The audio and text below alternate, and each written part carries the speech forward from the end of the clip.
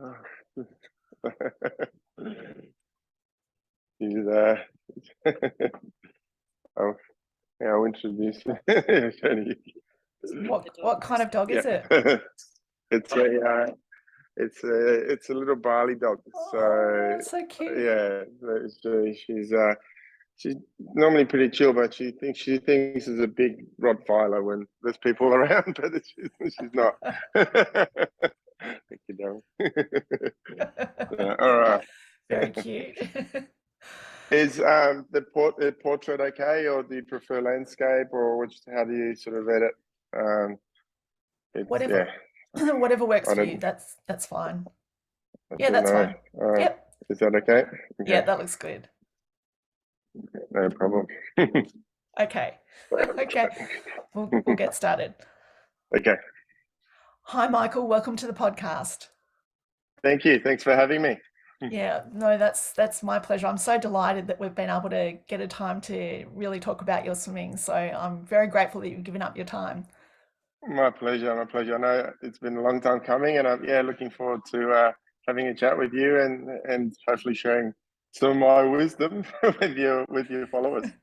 Absolutely. I mean, you're one of Australia's most celebrated swimmers, and you're very well known and loved for being part of that iconic relay at Sydney Olympics, the 4x1 Hmm. men's relay where you won the gold medal. Yeah, I wanted to play you a little sound grab and then get some thoughts of yours sure. afterwards.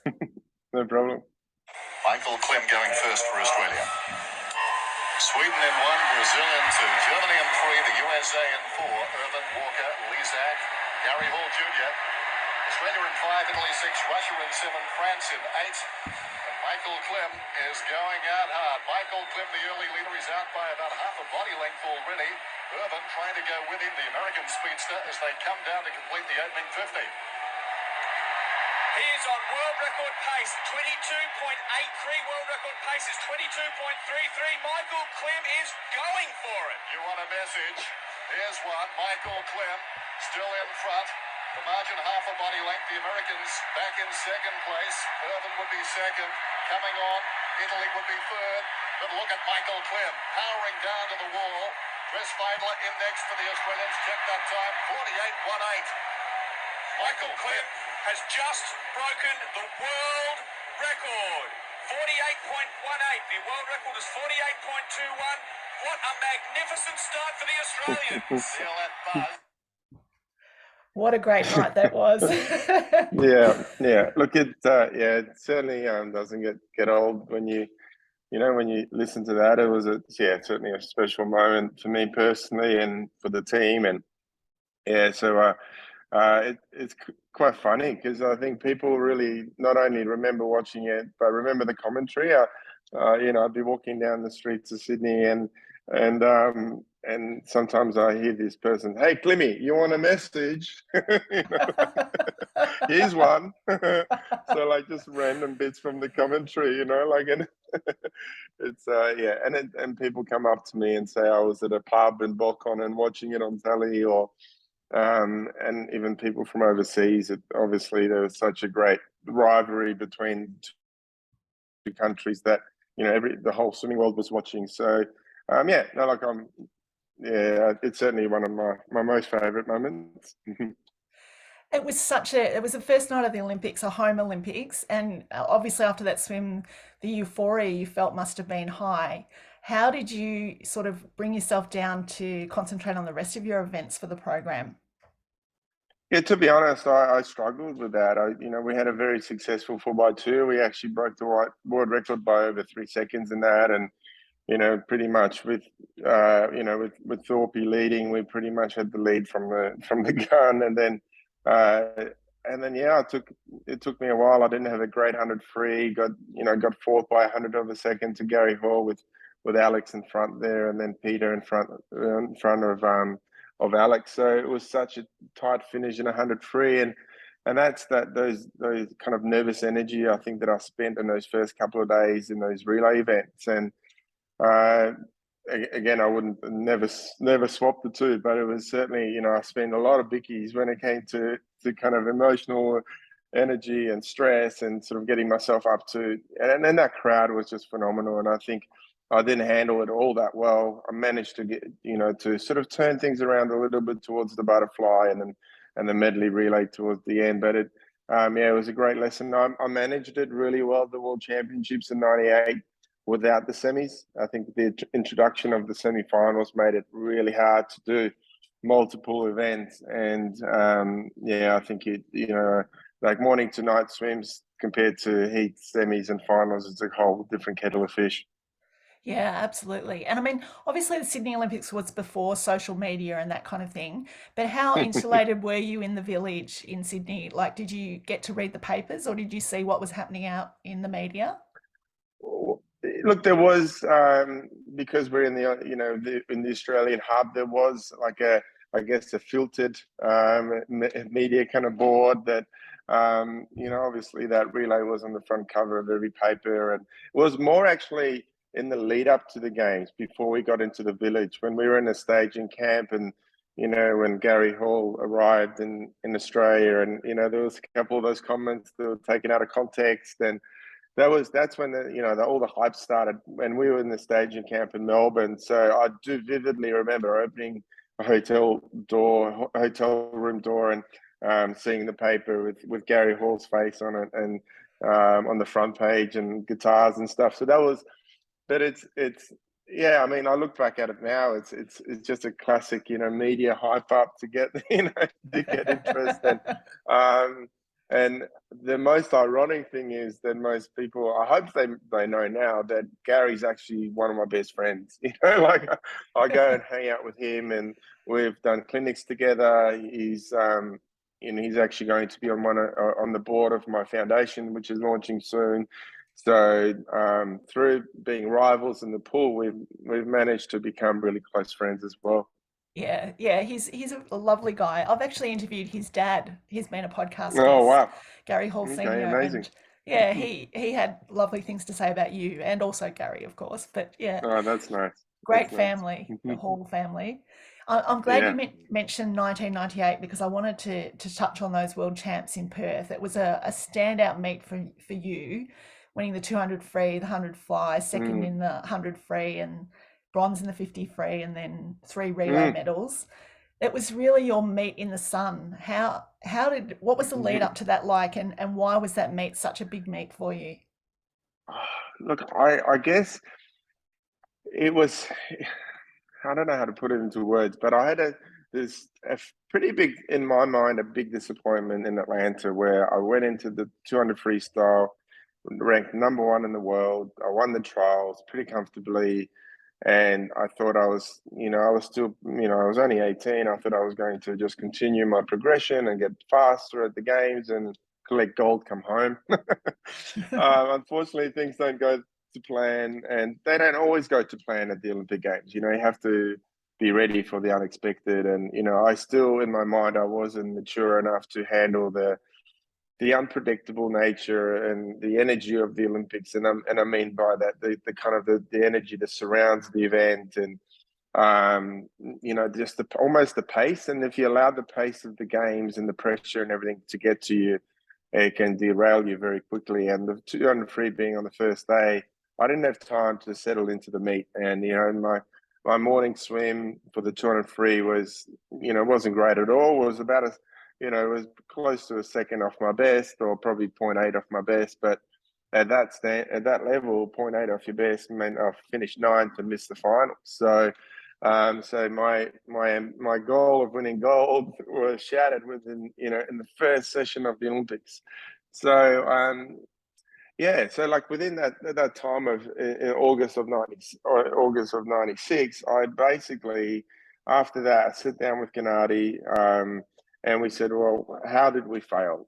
Obviously my mental toughness wasn't really up to scratch to compete against, the likes of the Pankratofs, and Daniel Loader was the leading freestyler at the time. And then also my technique didn't hold up under pressure. So we started experimenting a lot with the different strokes and drills and sprint drills. And then physically, I was still, quite immature and didn't have that sort of physical toughness, I think. And I wasn't really using my athleticism, which I kind of had from my years growing up of playing tennis and basketball. And bunch of water polo, and I felt that there was definitely a different stroke for me rather than trying to emulate Alex Popov, who was my training mate, and everyone's I guess idol, and everyone wanted to swim like that, but not everyone's 6'8" with a wingspan of 6'9", and also with freakish feel for the water, and not many people can go 23 seconds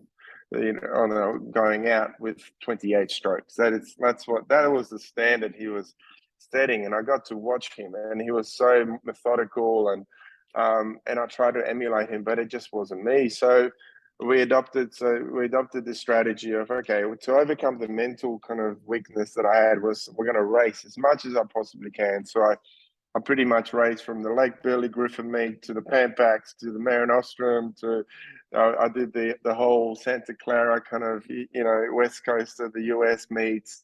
Traveled everywhere. It was actually an amazing year, but and especially racing throughout the European summer, and I did, I think, 150 races in a calendar year. So so by the end, like, racing was just whatever. So that's but I still approached every single race with the same kind of mindset of attacking it, executing it well, or sometimes we're playing around with different strategies, potentially going out faster, or I remember there was one race in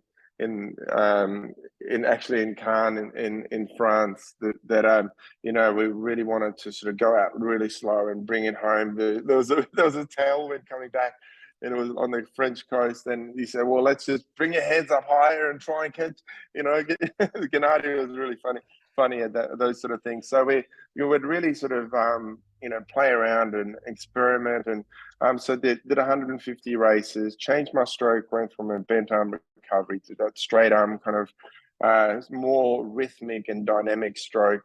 And the other last thing I would say, that we had a great sort of relationship with Speedo at the time, and working with that suit development, and I was lucky enough to have the suits designed to my fit and how I wanted them. And that was I mean, even at that point, I didn't get a chance to race in the suits in '98 yet, but it was, it started, I'd started working on my stroke towards that sort of, so when the suits were available. But as you can see, I had a much better rhythm. I was much more solid in the last 15 meters. So, so it's definitely, and it's amazing. So when I talk to a lot of youngsters and even senior swimmers, you can have such a huge disappointment where so much is riding on it. And then within, I broke the world record at the World Championship trials in 100 butterfly, and which I wasn't really training for. So, so that was probably 14 months later. So it can really it can turn around really quickly. Absolutely. I mean, do you look back at that time now, and I mean, suppose when you live through it, you don't recognise that is such a special comp. Do you look back at it now and think that that's really one of the best times you've ever swum? Oh, definitely. There was definitely one morning. It was probably only one morning that I felt a little bit off, which was the heats of the 100 fly. And then I only qualified in lane 6, and I managed to, just get back into gear at night. But I kind of felt almost a little bit, without sounding too cocky, but I felt like I was invincible. I was kind of like, I won that 200 that I didn't win in Atlanta.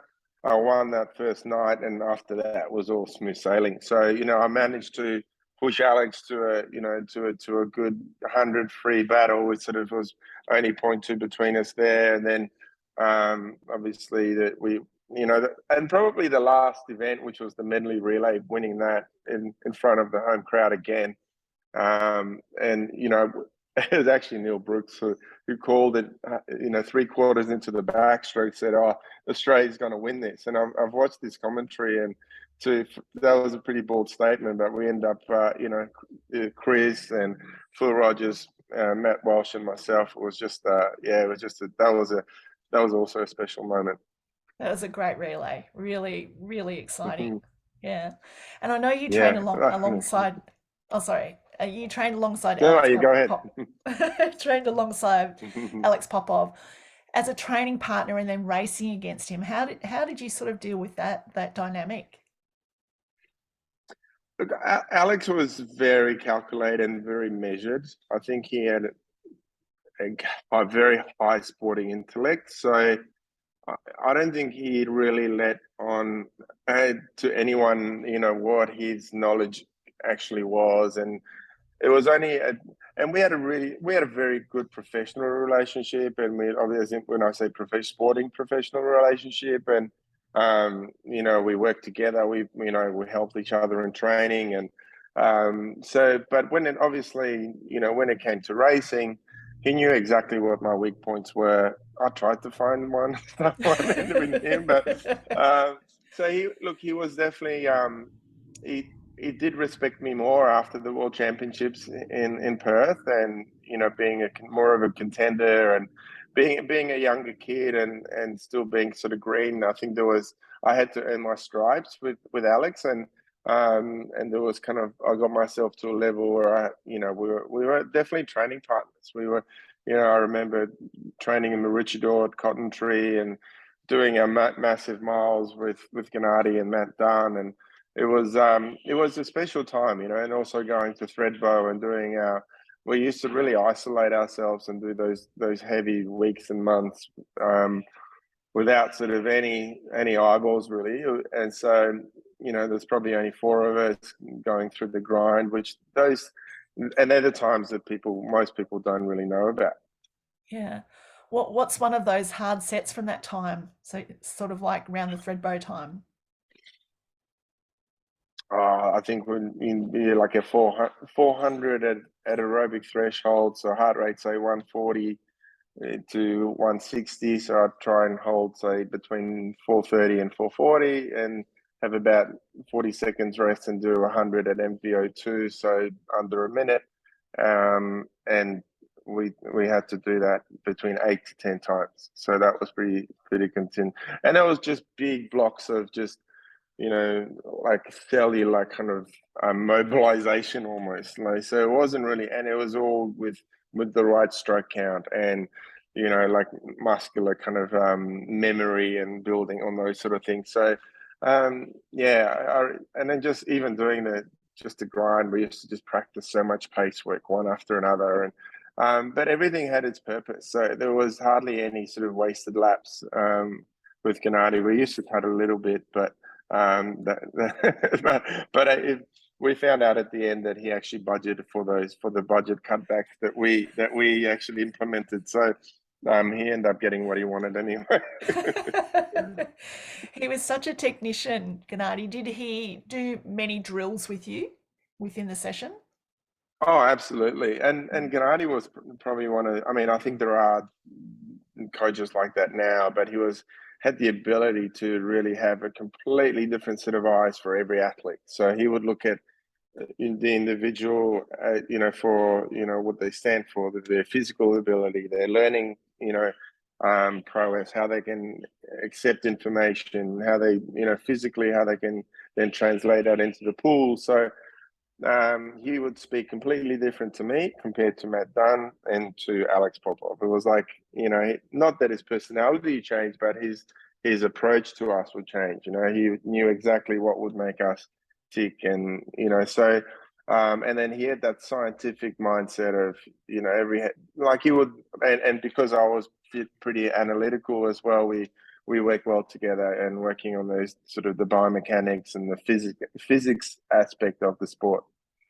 Yeah, that's amazing. He has some. I never met him personally, but his reputation preceded him around Australia. He had a bunch of funny stories. Yeah, no, look, he was definitely a character, and I think Don Talbot, who's I guess a visionary in a sense, because he was responsible for bringing him to Australia, bringing Alex, and and with that was this whole got me up to a certain level, which then pulled Chris Fidler from a low 49 to a 40, mid 48, and then Thorpe as well, and the likes of Todd Pearson and Adam Pine, who also were at the Institute of Sport, started swimming in 49. So we had yes, I think his importing him as a coach and then being a national coach was a very smart move by Don Talbot, and then obviously And then Gennadi's knowledge was invaluable.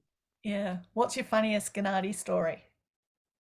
Oh, I can't really probably disclose that on here. No, look, it was probably when I remember this actually, and this is okay. And everyone probably remembers that Gennadi would like being Russian, they like to celebrate and occasionally have a vodka or two. But we're in Monte Carlo, and Alex had just broken the world record in the 100 free. He broke Matt Biondi's world record when 48.21. And we're all, I was actually in that race. I was in lane 8.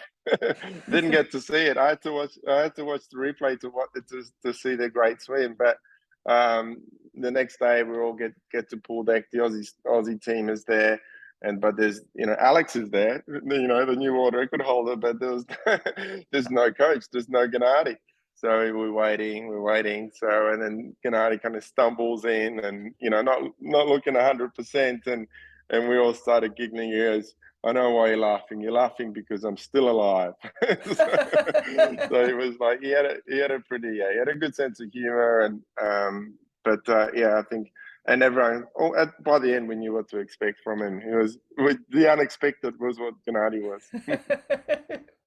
He sounds like such a character. Yeah. The highlights from your amazing career, just among a few: 2 Olympic gold medals, 7 world championship long course gold medals, 21 world records, three times breaking the 100 fly record. And because of that, you recently got inducted into the International Swimming Hall of Fame. What was that experience like in Florida? And tell us a little bit how that all came to be. Oh, yeah, look, it's a little bit surreal, actually, because I knew I got inducted a couple of years prior, but because of COVID, I wasn't able to go. But then going with my mum and dad and my partner there was really special. But you look out into the crowd, and then you've got Mary Tima, you've got Greg Louganis, you've got Grady Gaines, Matthew Mitchum. I think majority of the rooms over is either an Olympian or Olympic gold medalist or a previous world record holder, or already an inductee. So, and then with an acceptance speech at that event, I don't know what you can say the thank yous, but it's very hard to say anything profound that these guys don't know about or they can learn from you. So it was a very humbling moment, because I know there was certainly some shortcomings in my career where I knew that there's a couple events that got away from me, and mentally I could have probably done better at a few occasions, but I kind of let that go. It was one of those nights where I thought, hang on, I did enough. I didn't have to sort of say, okay, well, there was kind of a day where I think if you ask any athlete, they always say there's always a couple of regrets here and there. But at that night, I thought, it's great to be recognized for what I've done without any what ifs, which was amazing. Yeah, absolutely. I mean, you're very well known as one of the best relay swimmers ever in swimming. So I know that a lot of people rate you at that. But aside from that, the people that I've spoken to around Melbourne that know you, and I've checked this out a little bit, also just what's such a lovely, you're a lovely guy, a nice guy, a very kind guy. I had Ryan Pinney on the podcast last week, and he was telling me he's the other kind guy. He's a lovely guy. He's the ultimate nice guy.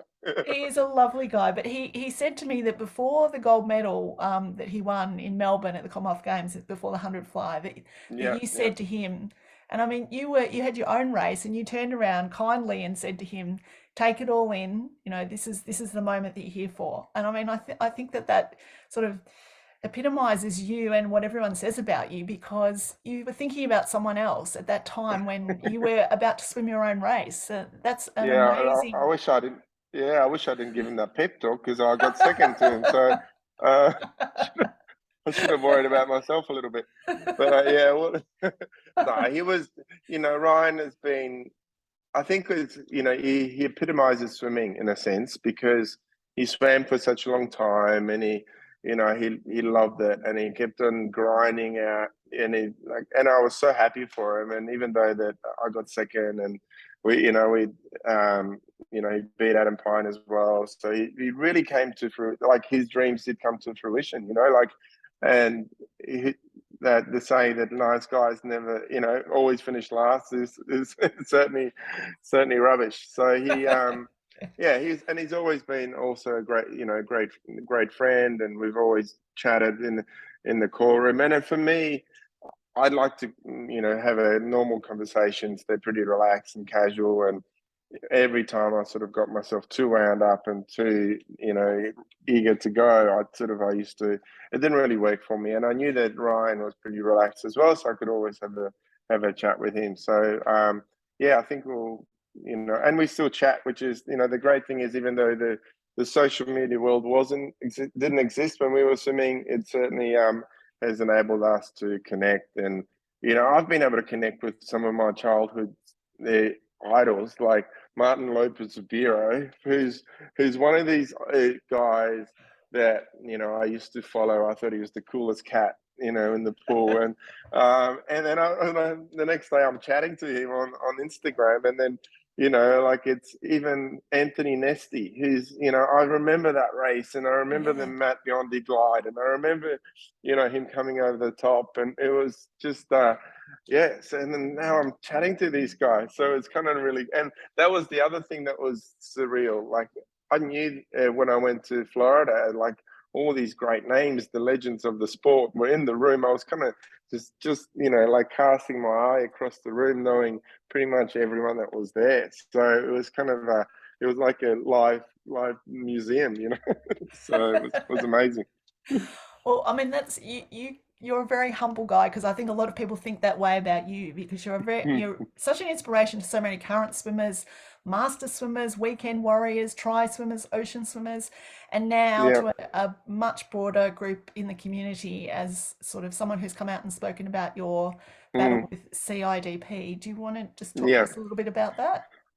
Yeah, absolutely. Look, it's been no denying it's been a very tough 3 years. Obviously, being diagnosed just at the beginning of COVID, so my health degraded really quickly. I was carrying some injuries from the past, of a bad ankle and some degenerative discs and things like that in my back, and just living with chronic pain. And we're not sure if that's what tipped me over the edge, but as I was rehabbing my left ankle, I noticed that this is in late in 2019. I was trying to do calf raises, as you do, to get your calf muscle strong, to get your ankle strong.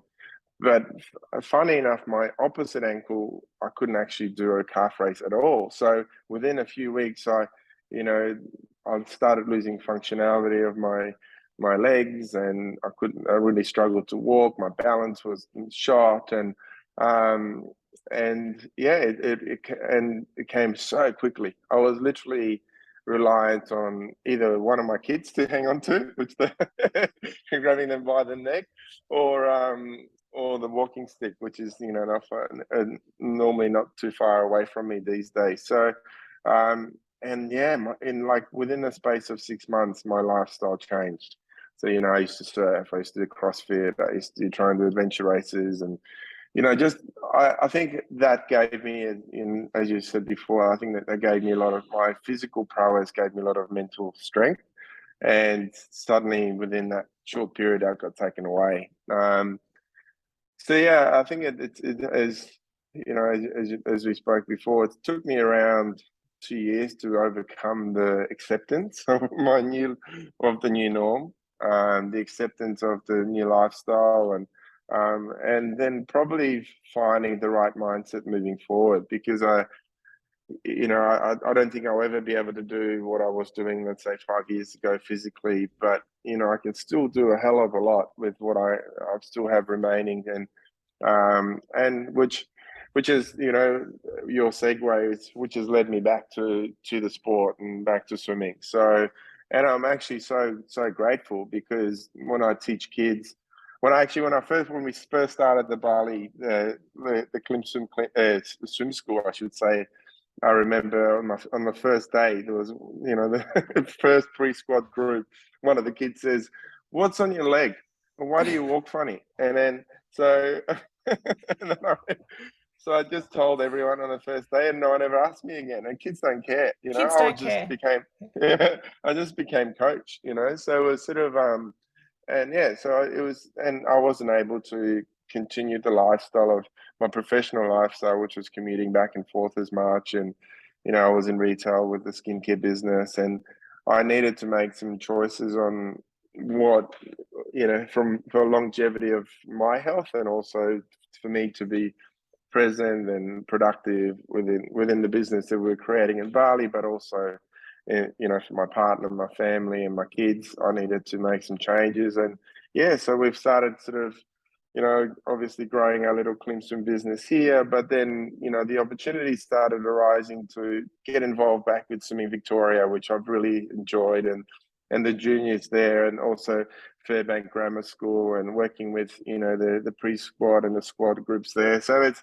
inadvertently I've ended up where it all began. And then, our World Series swims, our open water swim series, it's also gone from strength to strength, which is something that I was, just before we chatted, I was looking at a video from about 6 years ago, and we were very happy to get a few hundred swimmers, and this year we're going to get around 2,500 swimmers this weekend. So yeah, and it's, I'm very happy and very comfortable being in this environment, obviously talking to you about and sharing names that we're all familiar with. But then, I think there's the commonality within the swimming circles of the people, what's passionate in their lives and what they want out of the sport. I think it's, it's been really kind of leveling for me. So yeah, there's no doubt it's been a challenging time, and it was probably about a year ago that I made a very conscious decision to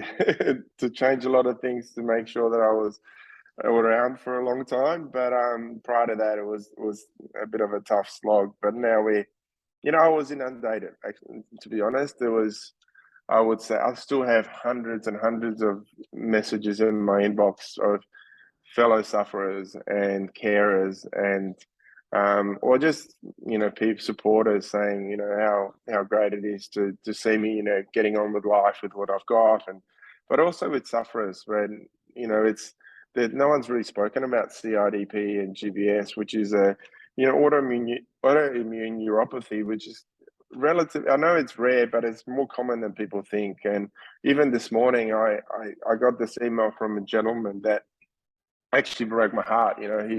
He said that his wife got CIDP, and over time she ended up losing her mobility. She was a lollipop lady, and then one day she had to sit down because she was so fatigued, and her supervisor saw her sitting down and fired her because of that. And then she developed MS as well as CIDP. So, and then this gentleman also at the same time started getting sick and same neurological symptoms as she did. So, currently they're both suffering from the same disorder that I do. So, there's always, other people that have, and I don't want to bring it down to this podcast, but it puts things in perspective, and the fact that people feel comfortable enough to write these things to me, it's sort of given me sort of the confidence to create a foundation and create a platform or community where people can actually share their stories, or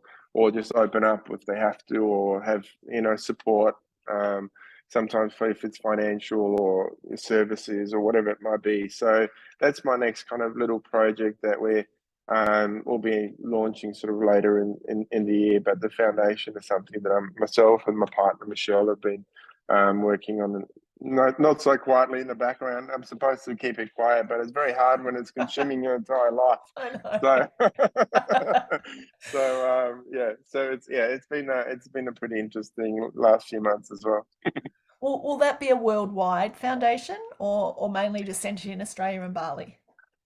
Look, well, we haven't really geographically, we haven't sort of restricted it at all. So, I mean, obviously, there are predominantly we'll focus on supporting the Australian sort of sufferers, because we know the NDIS system, and the government support, and from the medical standpoint. But our biggest dream eventually is to run our own medical trials and try and get closer to a cure to for a lot of these neuropathies, not just this one. And there's a couple sort of studies going at the moment that are quite positive in terms of treatment, but nothing in terms of a cure. So hopefully, if there's more of these kind of movements and foundations, we can get. It's very similar to MND. There's been some great, breakthroughs in studies and trials, and so trying to reverse some of this, some of the symptoms in that disorder. So hopefully we can be an example with CIDP as well. Yeah.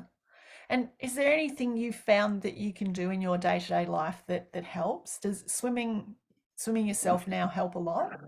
Yeah. It's actually, they say because the signal, the neural signal to your extremities, your hands and feet. Predominantly for me, it's my feet is compromised. So the more you move and the more you stimulate that, the better. So for me, I try and, as hard as it is sometimes, because you're affected with fatigue and your functionality is compromised, but the doctors and therapists really encourage movement. So movement is medicine for me. So, I try and do it without sort of fail, and that's kind of one of my non-negotiables. So, I either do a dry land session one day and swim the next, dry land swim. So I'd probably give myself Sunday off, but it's all very kind of measured, because if I go too hard, then I'm kind of wiped out for the couple of days, and someone has to teach the kids down the road. So,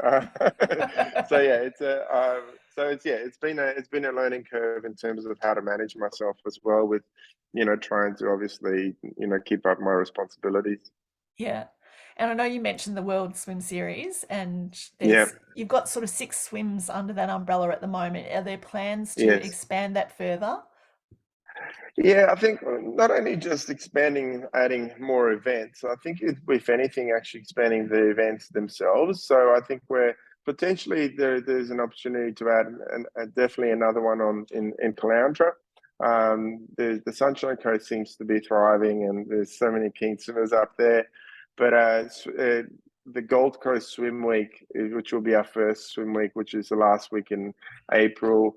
We'll have the Cooley Classic, which is always a very, very popular swim from Kira all the way to the Cooley Surf Club, and you're kind of swimming with the swell behind you. So, even though when you're getting tired, you still got that pushing you in the right direction. It's sort of like the Portsea swim. You're swimming with a current, and then the bit of false hope, and then we follow the next weekend with our Gold Coast swim, the Gold Coast, which will be a inaugural marathon swim. We've had a couple of tries at it. Unfortunately, COVID prevented one, and weather last year with 8-foot swell prevented it running last year. This year we've got a bit of a window, so so I think expanding the events like that, adding clinics, and we've got guided swims by a bunch of experts. Sam Shepherd's actually going to be doing some open water clinics, and we've got Phil Clayton is doing some open water sort of group swims, guided swims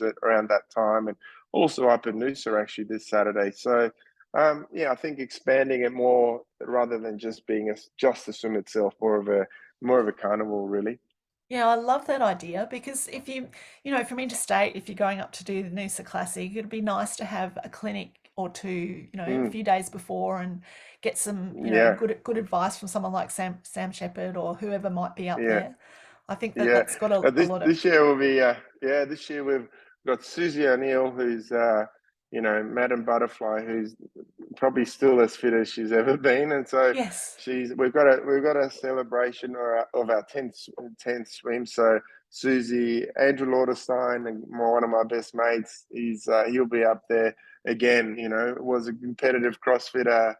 I think I saw him swim 23 point the other day. He's still super fast. And then we've got Ali Day, who's the Ironman champion from a couple of years back. So we've got a bit of a panel and a celebration of our 10th running of the event. And I look forward to seeing those guys. I'll be watching from the beach this time.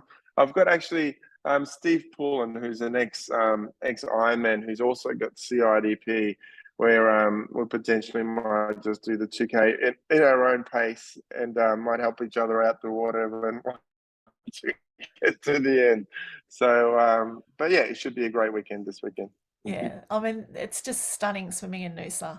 Absolutely beautiful location to have it, isn't it? Yeah, and the Yeah. forecast actually, yeah, the forecast this weekend we've just came through, and we're very excited. And for surface, not so great, but it's dead flat, and there'll be no wind, so Perfect. it'll be like a lake. It's like a Yeah. lake, so we're really looking forward to it. And with your Klim swim school that you've got going in Bali now, do you do that at a public pool, or do you lease a local pool to do your squads? How do you sort of set that up? Yeah, so we work with a recreation club called Fins here. So we work within their facility, but we also go to a number of I guess international schools. So the Australian Independent School is probably our second biggest school, and we use their 25-meter 6-lane pool, which is fantastic. They've got great anti-lane ropes, anti-blocks, and it's very high quality. And we've got some great support from AIS, not the Australian Institute of Sport, but the Australian Independent School. Yeah. But something that's been really working well, and then hopefully to some of the listeners might want to be interested in it. We've recently started running a bunch of camps, or it's an ongoing camp where in the holidays we conduct like a kind of a workshop style sessions where we start with dry land.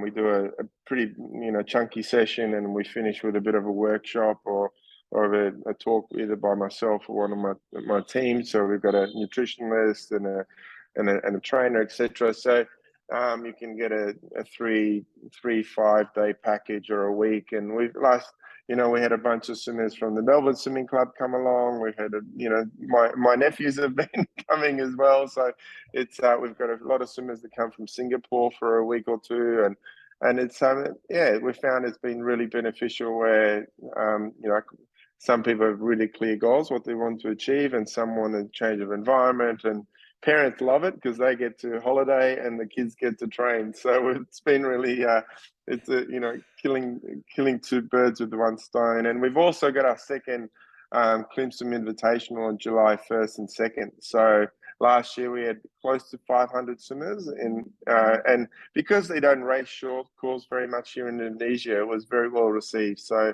for any Aussies wanting to holiday and compete or have a camp and have a race at the same time, July is the time. Yeah, that sounds nice. Yeah. Hopefully you'll have a few takers. That'll be really good.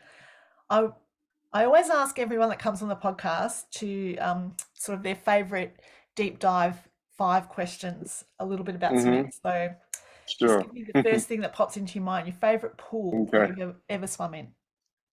Oh, it's easy. I'd have to say the Challenge Stadium in Perth. Excellent. Yeah, it's a lovely complex. Yeah. Yeah. Favorite open water swim location? Well, I would say when Noosa is the way it's going to be this weekend, it's almost unbeatable.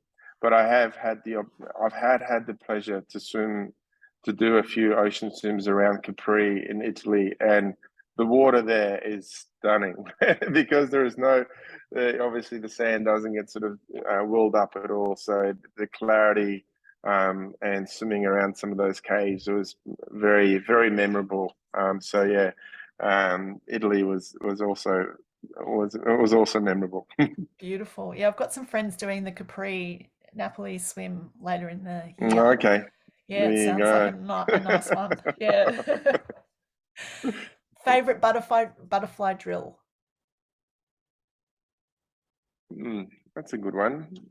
I did a lot of freestyle kick butterfly just to work on really flat body positioning. I think I still very. I had a really good sort of when it comes to my thoracic flexibility, so I could get my hips up, and at times, if anything, too much. So working on straight, freestyle kick butterfly, sometimes with your head up as well, helped me to sort of flatten out my butterfly, which obviously ended up being, the butterfly of the future. If you look at, Phelps and Dressel and Schooling and those guys that, pushed the envelope in that event, it just became a lot flatter than what it was, let's say, the likes of Gross and Biondi and Scott Miller and those sort of guys, where, I think we're in between the two different strokes in my era.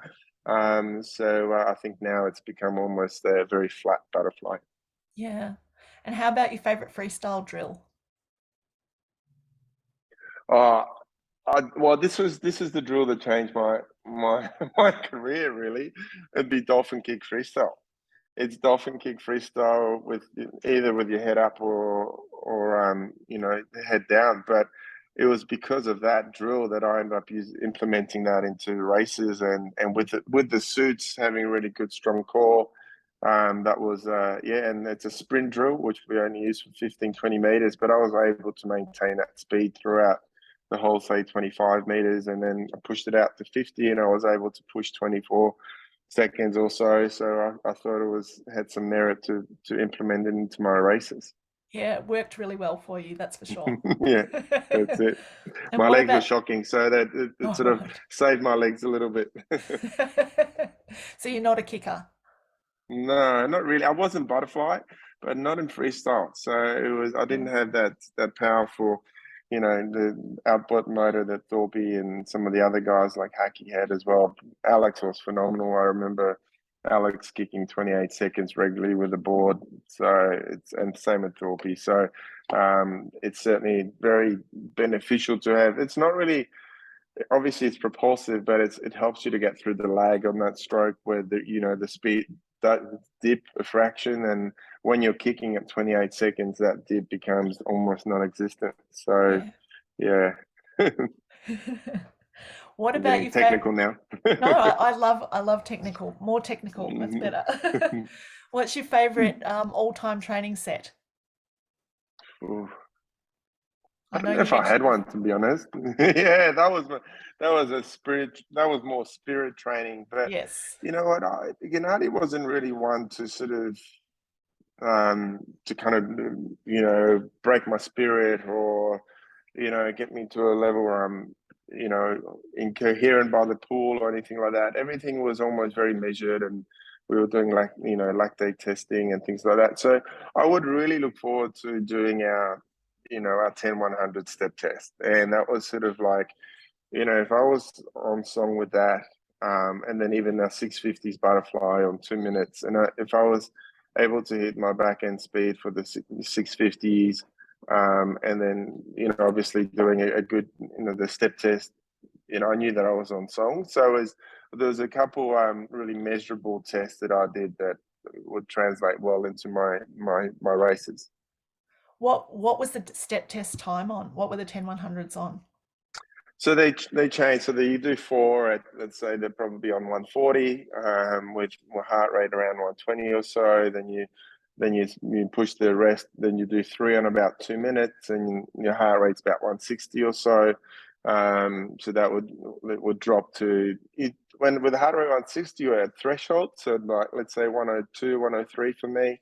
Then 200s at MVO2. So I was when in good shape. I could get close to 55, and then that was on about 2.5 minutes, and then the 100 max. In my good, in good form, I could push a 51 or 50 point occasionally.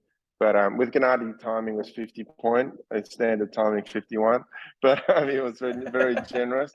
But so we that was one of our sort of go-to test sets. Yeah, that sounds great.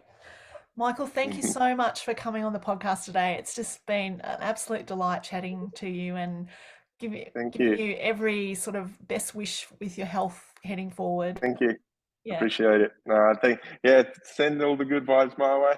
We will. But it's been I've been inundated, and as I said, the swimming community, especially the boys from 2000, everyone's got behind me. So I certainly don't feel alone in this. So I'll keep you guys updated how things are going on my socials. But at the moment, feeling pretty good. And so if you want to come and chat to me, they come to Bali or come to one of the World Series Swims events, and yeah, happy to chat to me anytime.